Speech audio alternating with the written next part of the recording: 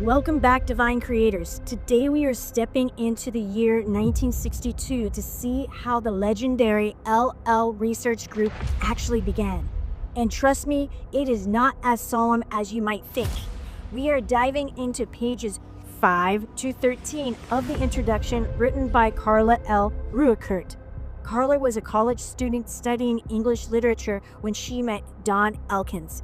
Don was the fascinating professor who was doing hypnotic age regression to prove reincarnation. We invited a group of his engineering students to try an experiment. Could they telepathically contact extraterrestrial intelligence using protocols he got from a group in Detroit? Carla was the 13th member of the group, and on pages 5 through 6, she shares a hilarious truth. For the first 6 months, the sessions were and I quote, raucous symphony of clicks, slurps, turtle noises, and tongue flops as the students tried to channel. Carla spent her time just trying to keep a straight face and not laugh out loud, but she stayed. She felt a deep, soulful kinship with Don. In 1970, she left her career as a school librarian to work with him full-time, officially founding LL Research to investigate the great mysteries of our existence. This reminds us of a beautiful divine law. Every great spiritual awakening begins with a humble, sometimes messy first step. Have you ever had a spiritual practice start out feeling a little silly before it became deeper and life-changing? Tell me your story below, and let's keep seeking together. Carla L. Rueckert. I first met Don Elkins in 1962. To me, he was a fascinating character, an unusual combination of a college professor and a psychic researcher. He had done well over 200 hypnotic age regressions, probing past the birth experience and investigating the possibility that reincarnation might not be just possible, but the way things really are. In 1962, I joined an experiment that Don had created in order to test a hypothesis which he had developed with the help of Harold Price, an engineer for Ford Motor Company. Price had acquainted Don with some information which Don found quite interesting. Its source was allegedly extraterrestrial. Its content was largely metaphysical and seemed to be in line with all that Don had learned up to that point. Within this material, instructions were given for creating the means whereby to generate further material from the same source without the necessity of actual physical contact with extraterrestrials. Don's hypothesis was that this phenomena might be reproducible. So he invited a dozen of his engineering students to join in an experiment with the objective of achieving some sort of telepathic contact with a source similar to that of the Detroit groups. I was the 13th member, having become interested in the project through a friend of mine. In those early days of contact attempts, with Don attempting strenuously to keep the situation controlled, months went by with what seemed to be remarkable but puzzling results. As we sat meditating, according to the instructions, everyone in the group except me began to make strange noises with their mouths. For my part, my main difficulty during those first 6 months was keeping a straight face and not laughing as the sessions gradually became a raucous symphony of guttural clicks, slurps, and tongue flops. The nature of the experiment changed drastically when the group was visited by a contactee from Detroit. The contactee sat down with the group and almost immediately was contacted, apparently by telepathic impression, saying, "Why don't you speak the thoughts that are on your minds? We are attempting to use you as instruments of communication, but you are all blocked through fear that you will not be speaking the proper words." Through this instrument, Walter Rogers of Detroit, Michigan, the group was instructed to refrain from analysis, to speak the thoughts, and to analyze the communication only after it had been completed. After that night, a month had gone by before half the group had begun to produce information. By the time a year had passed, all in the group except me were able to receive transmissions. The speech was slow and difficult at first because each individual wanted a precise impression of each and every word, and in many cases wanted to be completely controlled for fear of making an error in transmission. Nevertheless, this was an exciting time for the original group of students who began this strange experiment. In January of 1970, I left my position as school librarian of a 13th grade private school here in Louisville and went to work for Don full-time. By this time, he was convinced that the great mystery of being could best be investigated by research into techniques for contacting extraterrestrial intelligences and was determined to intensify his efforts in this area. During this period, Don worked on many paranormal areas of UFO research, always trying to put the puzzle pieces together. One of the great puzzle pieces for us was the question of how UFOs could materialize and dematerialize. The phenomena seemed to pose a physics which we had not yet grasped, and of being capable of using this physics. Don had gone to many seances by himself before I joined him in his research and had very systematically crossed each name off his list. He was looking for a materialization manifestation, not one he could prove to anyone else, but one which he himself could believe. It was his feeling that the materializations which seances manifested were perhaps of the same or similar nature as the materializations of UFOs. Therefore, his reasoning went, viewing personally the mechanism of a materialization and a dematerialization in a seance would enable him to hypothesize more accurately the concerning of UFOs. In 1971, after I had been on several fruitless materialization medium searches with Don, we went to a seance held by the Reverend James Tingley of Toledo, a ministry of the Spiritualist Church. We went to see Reverend Tingley's demonstrations 4 times. Before the first time, Don had casually examined Reverend Tingley's modest meeting place inside and out. It was built of concrete blocks like a garage. There were no gadgets either inside or outside the building. I did not know that Don was doing this. I nearly sat and waited for the demonstration to begin. This last point is an important one when talking about psychic research of any kind. Don had always said that one of my assets as a research associate is my great gullibility. Almost anyone can play a joke on me because I do not catch on quickly. I have a way of taking things as they come and accepting them at face value and only afterwards analyzing what has occurred. This gullibility is a vital factor in obtaining good results in paranormal research. A desire for proof will inevitably lead to null results and voided experiments. An open mind, when willing to be gullible, leads its possessor to a kind of subjective and personal certainty which does not equal proof, as it cannot be systematically reproduced in others.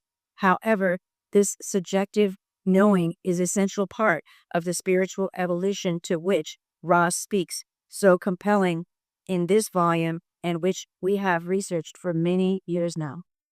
The seance began, as do all seances I have attempted, with the repetition of the Lord's Prayer and the singing of hymns such as Rock of Ages and I Walked in the Garden. There were approximately 26 people in this bare room, sitting on straight chairs in an oval circle. Reverend Tingley had retired behind a simple curtain and was also seated on a folding chair. Of the occurrences of the first seance, perhaps the most interesting to me was the appearance of a rather solid ghost known as Sister. She wished to speak to me and to thank me for helping Dodd. Since I had never had a close friend that was a nun, I was quite puzzled. It was not until much later, when Don was flying us home, that he jogged my memory, and I realized that his mother, who had died before I met him, was known in the family as Sister. Both in that seance and in the following seance, when Don and I were called up, we could see the ghost-like figures of the materialized spirits quite clearly. I, with impaired night vision, could still make out features, but Dawn could see even the strands of hair on each entity. During the second seance, an especially inspiring master appeared suddenly, and the room grew very cold. He gave us an inspirational message and then told us that he would touch us so that we would know that he was real. He did so with enough force to bruise my arm. Then he told us that he would walk through us so that we could know that he was not of this destiny. This he did, and it is certainly an interesting sensation to watch this occur. Lifting his arms, he blessed all those in the room, walked back through us, and pulled down in a small pool on the floor and was gone. In 1974, Dawn decided that it was time for me to become a more serious student of the art of channeling. He argued that 12 years of sitting and listening to inspirational messages were enough, and that it was time for me to take some responsibility for those cosmic semantics, as Brad Steiner has called them, that I so enjoyed. We began a series of daily meetings designed to work intensively on my mental tuning. Many of those whom were coming to our meditations on Sunday nights heard about the daily meetings and also came. And within 3 months, we generated about a dozen new telepathic receivers. During the process of these intensive meditations, we instituted our long-standing habit of keeping the tape recording going whenever we started a session, using some of the large body of material that our own group had collected. I put together an unpublished manuscript, Voices of the Gods, which systematically offered the extraterrestrial viewpoint as recorded by our group meetings. In 1976, when Dawn and I began to write Secrets of the UFO, published by a private printing and available by mail, this unpublished manuscript was a great help. During this period, one other thing occurred that was psychochronistic. Dawn and I, who had officially gone into partnership as L Research in 1970, had written an unpublished book titled The Crucifixion of Elsmeretta Sweetwater in 1968. In 1974, Andrea Puharich published a book with Doubleday titled You Are I. The book is the narrative of Dr. Puharich's investigation of Uri Geller and their unexpected communication with extraterrestrial intelligence. The form of contact was quite novel in that first some object like an ashtray would levitate, signaling Dr. Puharich to load his cassette tape recorder. The recorder's buttons would then be depressed by some invisible force, and the machine would record. On playback, a message from an extraterrestrial source would be present. Dawn was impressed by the large number of correlations between these messages and our own research. The book is fascinating in its own right, but it was especially fascinating to us because of the incredible number of distinct and compelling similarities between the characters in the real-life journal of Dr. Puharich's work with Uri and the supposedly fictional characters in our book. We went to New York to meet Andrea after phoning him, sharing our long-standing research with him and comparing notes. As our genial host came out onto his front veranda to welcome us, I stopped, amazed, to look at the house. Even the house in which he lived in the country north of New York City was a dead ringer for the house his fictional counterpart had owned in our book. The identity was so close that I cannot help but ask, Andrea, what happened to your peonies? When I wrote about your house, I saw your driveway circled with peony bushes. Puharich laughed. Oh, those. I had those cut down 3 years ago. In 1976, we determined to attempt an introduction to the whole spectrum of paranormal phenomena which are involved in the so-called UFO contactee phenomena. This phenomena is not a simple one. Rather, it demands a fairly comprehensive understanding and awareness of several different fields of inquiry. Since the raw material is a direct outgrowth of our conscious research with alleged extraterrestrial entities, it seems appropriate here to review some of the concepts put forward in that book in order that the reader may have the proper introduction to the mindset which is most helpful for an understanding of this work. The first thing to say about the UFO phenomena is that it is extraordinarily strange. This serious research, as he reads more and more and does more and more field research, finds himself less and less able to talk about the UFO phenomena in a sensible and down-to-earth way. Well over half the people in the United States have said in nationwide polls that they believe that UFOs are real, and television series and motion pictures reflect the widespread interest in this subject. Yet there are few researchers who would pretend to be able to understand the phenomenon completely. Dr. J. Allen Hynek has called this quality of the research the highest strangeness factor and has linked the amount of high strangeness with the probable validity of the case. Some of the people who see UFOs have the experience of being unable to account for a period of time after the encounter. The UFO is seen and then the witness continues on with his or her daily routine. At some point, it is noticed that a certain amount of time has been lost that cannot be explained. Very often, these same people report a type of eye irritation or conjunctivitis or sometimes skin problems. In extreme cases, a person who has lost time in seeing a UFO will develop a change of personality and find it necessary to contact the aid of a psychologist or a psychiatrist for counseling. Dr. R. Leo Sprinkle, professor of psychology at the University of Wyoming, has been conducting yearly meetings of people who have experienced this type and other types of close encounters. It was in psychiatric therapy that one of the more famous of the UFO contact cases, that of Betty and Barney Hill, was researched. The Hills had seen a UFO and had lost some time, but managed to reduce the significance of these events in their minds enough to get on with their daily lives. However, both of them, over a period of months, began experiencing nightmares and attacks of anxiety. The psychiatrist to whom they went for help was one who often used regressive hypnosis for the therapeutic work. He worked with each of the couples separately and found, to his amazement, that when asked to go back to the source of their distress, both Mr. and Mrs. Hill related the story of being taken on board a UFO while on a drive, medically examined, and returned to their car. Dawn and I have through the years investigated quite a few interesting cases, but perhaps a description of one will suffice to show some of more outstanding strangeness which are quite commonly associated with what Dr. Hynek calls close encounters of the third kind.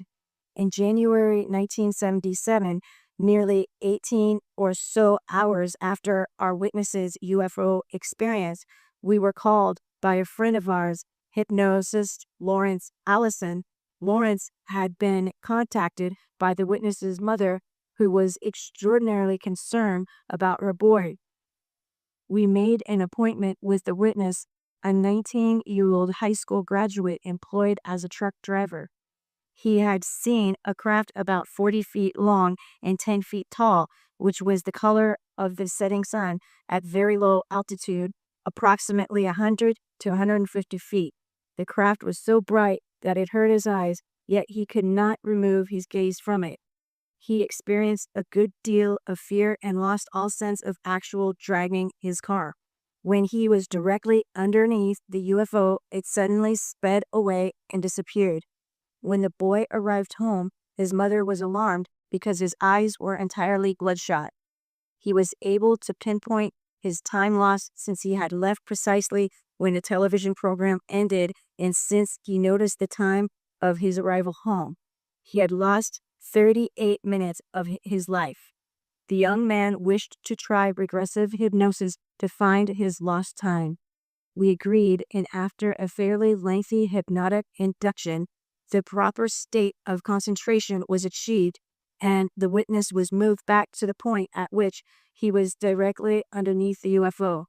Suddenly, he was inside the ship in a circular room which seemed at least twice as high as the entire ship had seemed from the outside. He saw 3 objects, none of which looked human. One was black, one was red, one was white.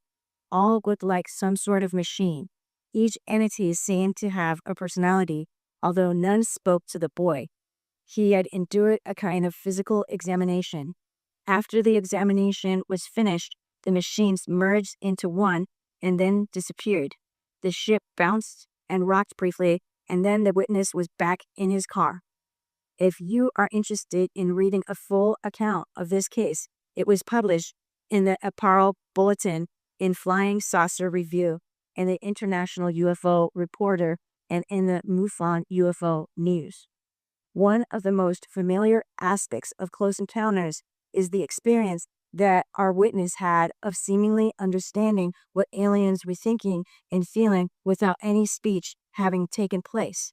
The telepathic communication has long been the subject of much experimentation, and although there is much interesting research, there has never been a distinctive study proving good telepathic communication. Consequently, the field of research into telepathy is still definitely a fringe area of psychic research. However, anyone who has ever known that the phone was going to ring, or who has experienced the knowledge of what someone was going to say before it was said, has experienced at least a mild example of telepathy. Don states that telepathic experiments between himself and Uri Geller have been totally successful. However, since they were deliberately not performed under rigorous scientific control, they could not be included in any orthodox report. It is, in fact, our opinion that the rigorous controls have a dampening effect on the outcome of any experience of this type. LL Research, which since 1980 has been a subsidiary of the Ruekert Research and Development Labs, to this day holds weekly meetings open to anyone who has read our books. We still tend to insert the word alleged before the words telepathic communications from extraterrestrials because we know full well that there is no way of proving this basic concept. However, the phenomena certainly exist. Millions of words in our own files and millions of words in other groups' files attest to this fact. Regardless of the more occasional frustrations involved in paranormal research, the serious research of the UFO phenomenon needs to be present in his investigation of related phenomena such as metal bending, the physics which Ra discusses having to do with the true nature of reality, poses the possibility of action at a distance as a fraction of mind, specifically the will. Uri Geller has been tested in several places around the world, including the Stanford Research Laboratories, and an impressive list of publications concerning the results of those tests exists, most notably the Geller Papers, and as an offshoot of this metal bending phenomena, the Iceland Papers. One example which shows the close connection between UFOs and the mental metal bending happened to us in July of 1977 after our book Secrets of the UFO was published. We had been interviewed on a local program, and a woman in a nearby town had heard the broadcast and was very interested in what we had to say since her son, a normal 14-year-old boy, had had a UFO encounter. He had been awakened by a whispering sound, went to the door, and saw a light so bright that it temporarily blinded him. Again, as is often the case, it was the same night that the people nearby also saw lights in the sky. The woman wrote us a letter, and Dawn immediately called and asked her permission to speak to her son.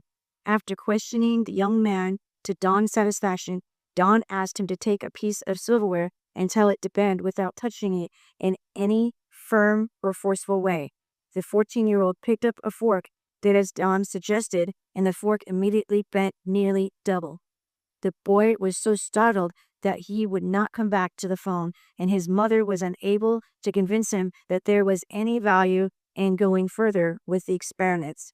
She had enough foresight to realize that in the small town in which he lived, any publicity that might come to him on the subject of metal bending would be to his detriment, since the people of this small town would react in a most predictable way.